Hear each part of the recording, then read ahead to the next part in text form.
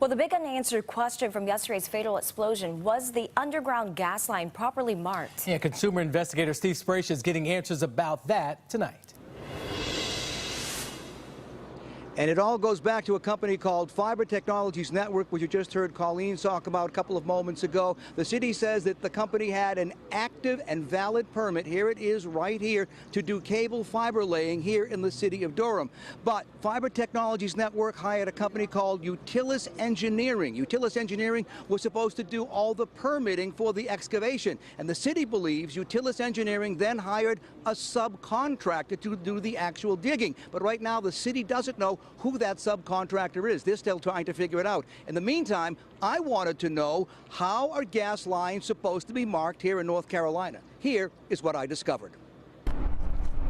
Here in this state, the law requires excavators and utilities to go through NC 811's notification center in order to dig safely. The utilities are members of NC 811, and we communicate those excavation requests to them. Calling 811 before you dig prevents utility damages, injuries, fines, and outages. Last year, that agency handled over 2 million requests from excavators who wanted to know where utility lines were buried. Marking for utility lines is standardized. For example, gas lines are marked in yellow, just like this. Once the line is marked, it creates what they call a tolerance zone, 2 feet on either side, and anybody digging has to watch out for that. That zone has to be observed with hand digging until you've exposed and visually see the facility before any kind of mechanized equipment can go inside of that zone. So I wanted to know, who is responsible for marking underground utility lines?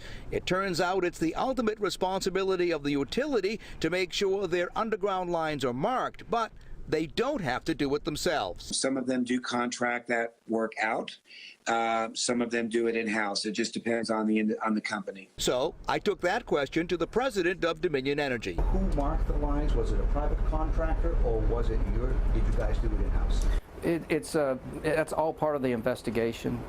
We have a preliminary assessment, and ours would agree with what you've heard from the state, that the lines were marked properly at the time of excavation. Meanwhile, the parent company of Fiber Technologies Network issued a statement late this afternoon saying, in part, we are committed to working with the city of Durham as they go about investigating this accident. Obviously, a very tangled and complicated situation. We'll keep you updated. For now, reporting live, I'm Steve Sprache, CBS 17 News.